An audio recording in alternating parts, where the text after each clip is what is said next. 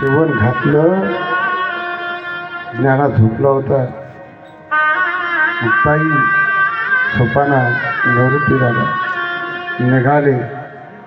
विठ्ठलपंत म्हटले मी जाणार, मी थांबणार नाही, तुला यायचं तर ये, नाही तर येऊ नको. पाय बाहेर निघाले कुटियाच्या, त्या झोपडीतून बाहेर आले.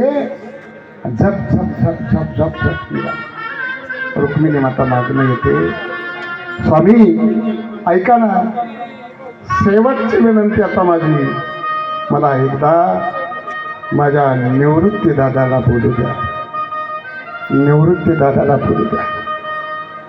आणि आई परत येते, झोपडीचा दार उघडते, आत जाते. चारी भावंडातला एक थोरला निवृत्ती दादाला बोलवते, दादा उठ रे निवृत्ती दादा.